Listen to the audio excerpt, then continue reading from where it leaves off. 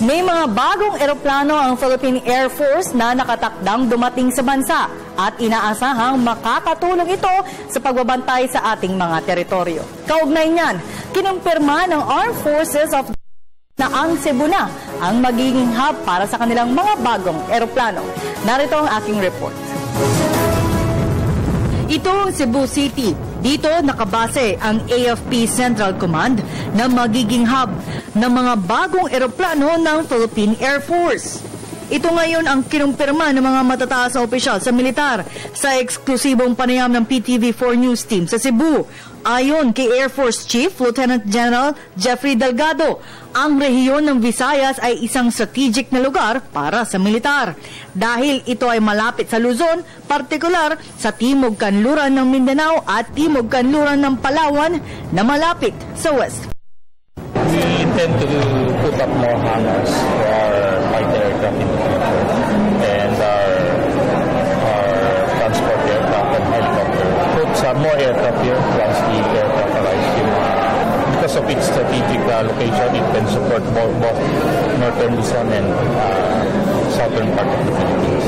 Dahil ngayong taon ay madaming eroplano ang dadating. Ito ay ang dagdag na 2 C-295, 8 combat utility helicopter, 8 AW-109 attack helicopter, 2 CN-212I light lift aircraft at ang 2 fighter jet na FA-50.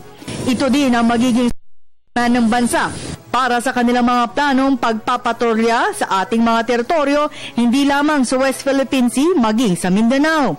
Katunayan, sinimulan na ng militar ang kanilang konstruksyon para sa dagdag na hangar ngayong taon. Sa Force mismo, nag-start na sila 2 or 3 months ago. And a lot of development will be done as soon.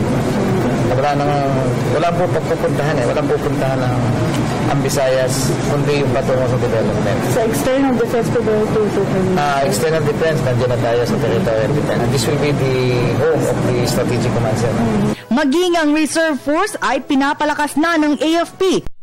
Kay General Gregorio Katapang, ito ay mahalaga lalo't sa panahon ng kalamidad at iba pa. Ang plano natin is to further enrich our reservist program. It's also part of the territorial defense.